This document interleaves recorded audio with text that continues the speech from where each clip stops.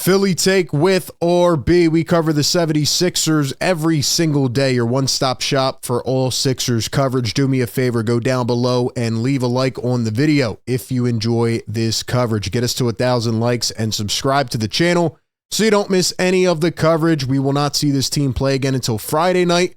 We'll be back with our game day show then. But in the meantime, we have a little bit of a hiatus and some time to talk about where this team's at. I think they're at a very intriguing point in the season. So I want to talk a bit about what happened yesterday in that game and where they are at right now, because they might be back, but it depends on a couple main factors. And also, a former Sixers player throws an indirect, subtle shot at the team. So I want to respond to that and give all of my thoughts. But let's start it off with a Jared McCain TikTok. This guy continues to wow us, I guess, off the floor. This was Jared McCain after the game yesterday. He's dancing in pajama pants. I mean, you want to talk Gen Z. And look at KJ Martin in the back. KJ Martin getting his dance moves on. So KJ is the latest person to hop in a Jared McCain TikTok. I mean, at this point, man, how can you hate this guy? I mean, he does this, then he goes out on the floor, drops 30 on your head. He cannot be stopped. I still think Jared McCain should be starting, but if he is going to come off the bench and that will prevent Kyle Lowry from getting more minutes, then I am also happy with that. Now, the Sixers went on the road yesterday. It was a kind of under the radar game because they were playing at the same time as the Eagles, afternoon on a Sunday, not a normal scheduled time, but they go in, they get a big win, and they've now won 4 out of their last 5 games. Joel Embiid came back, and he actually played pretty well. And the team looked like they were gelling with Joel Embiid, Tyrese Maxey, and Paul George on the floor. It's really the first game that they have played together more, than 6 minutes or whatever it was in that other game weeks ago. So the Sixers look like they're starting to be back. And I do want to address one thing. I've seen a lot of comments now the last couple days because I'm saying, and I've seen other people say, Sixers might actually be back. They're starting to play harder, right? Nick Nurse said that this team's really putting effort out there, and it was a tough circumstance coming into the season, but now they're starting to understand each other. If you're one of those people that say that the Sixers could be back, you're not wrong at all. Now, are they back? We don't know. It's going to depend on one thing and one thing only, which I'll tell you about. But for those people out there that say, well, you're not allowed to flip your opinion now. Sixers are playing good now, and don't switch up. Stay on that side.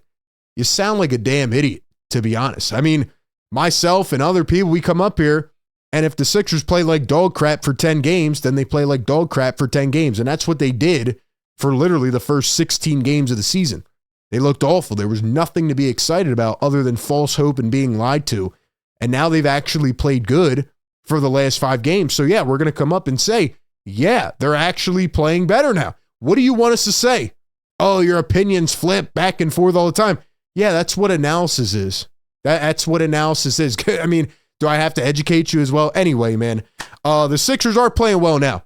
They look completely different from the first 16, 17 games. I'm happy with how they're playing. I'm not satisfied yet, but I think yesterday's game was what put it over the top for me, showing that if they can get healthy and if Joel Embiid can actually be on the floor for more than one game in a 2-week span, then maybe they actually can do something. Now, the Sixers are currently 5 games out of the number 5 seed. Do you know how wild that is? They are 7-15. They are 12.5 out of the 1 seed, and they're only 5 games behind Miami. That just goes to show how bad the Eastern Conference has really been this season, and there's just not a lot of competition compared to the Western Conference. So the Sixers do have a chance, I would say, to get back in this, but again, it comes down to the main question that we have asked all offseason, all training camp. This team hasn't played together. Can they get on the floor and play a consistent stretch of games? Joel Embiid and Paul George and the rest of the crew have to suit up on Friday night. If they do not, if Joel doesn't play due to rest and injury management, and Paul George is out due to rest or whatever, then I'm going to go right back to saying this team has no hope because, you have 4 days off. There's no excuse now. All that back-to-back crap for the second half of the season, I'm not playing back-to-backs, that has to go out the window if you want any chance of coming back. You're finally starting to show some effort. You're buying in defensively. You're actually running an offense. Paul George has looked better. Joel Embiid was actually mobile yesterday, and Tyrese Maxey looked more comfortable with Joel and PG on the floor. If you guys can actually develop that dynamic, then maybe this team can gel and do something. It's not going to be, 10 games together and then you roll into the playoffs and just play to perfection. That is not going to happen. So Sixers have to realize this, and we'll see if they can. All right, man, I want to talk about a former Sixer who kind of took a shot at the team today. Buddy Hield was on an interview here on NBA TV, and he had a 27-point game. He's been playing pretty well with Golden State. And this guy asked him about, his love for the game and how he looks more comfortable and how he's happier now, and just spewed off a bunch of stuff. And what Buddy Hield said in return was, quote, "Last year, I did not have the love for basketball. I wanted to find a team where I could feel appreciated and loved. They are so unselfish." So if you listen to the context of the quote, he didn't call out the Sixers, but pretty much he was saying, I wasn't appreciated in Philly. Like, in my role, it wasn't appreciated. They didn't give me a chance, blah, blah, blah, blah, blah. And I started to think about that, and I went back, and here was a tweet that was put out a couple weeks after the trade deadline. Buddy Hield was averaging almost 20 points per game as a Sixer, 3.8 rebounds, 6.2 assists. He was shooting lights out, and they say that this is the Buddy Hield effect. Every team he goes to, this is usually how he starts out, and then he fades off, and then something happens, and bada boom, bada bing, it fell right into place. Couple weeks after the trade deadline, this guy went quiet. He went quiet. I mean, look at this. Buddy Hield's first 3 games with the Sixers, he had 24, 23, and 20, and the guy was going crazy, shooting lights out. I mean, this is the Buddy Hield they traded for. Daryl Morey looked like a genius, and then at one point later on at the end of the season, it got so bad where Daryl Morey came out on his exit presser and said, "I made a mistake. That's on me. We should not have traded those picks to get Buddy Hield," and they didn't re-sign him. They used him in a sign and trade, and now he's obviously playing better. And, there have been times where Sixer players go elsewhere and they just start to light it up. And, for some reason, the Sixers just can't get a lot out of them. But in this case, I kind of actually want to defend the Sixers, because if you look at Buddy Hield's stats, right? Let's go back to February. Yeah, I mean, this guy was going insane. He was going insane once he got traded to the 76ers.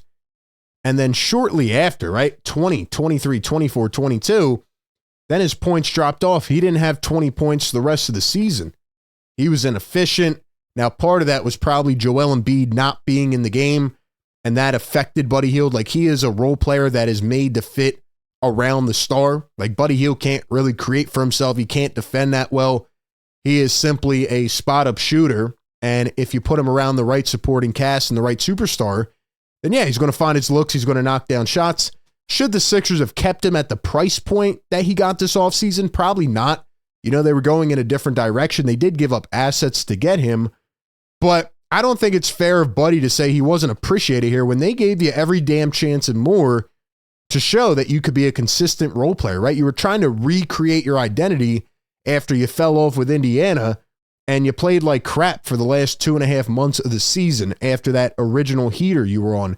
And then we get to the playoffs, and in the first 3 games of the Knicks series, 0 points in 11 minutes, 2 points in 15 minutes, 0 points in 4 minutes. You got benched for games 4 and 5 because you were so terrible.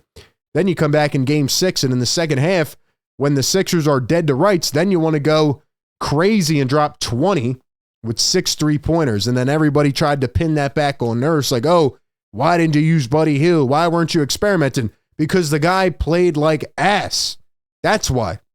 So I'm glad that Buddy Hield found his new home and that he's comfortable in, a system where all they do is run off ball and set a bunch of actions and get these shooters open. Yeah, I think it's a better situation for Buddy Hield. But, to say that he wasn't appreciated and loved and that they didn't really, find his groove and give him a shot, I think that's absolute BS. And I don't think the Sixers played selfish at all.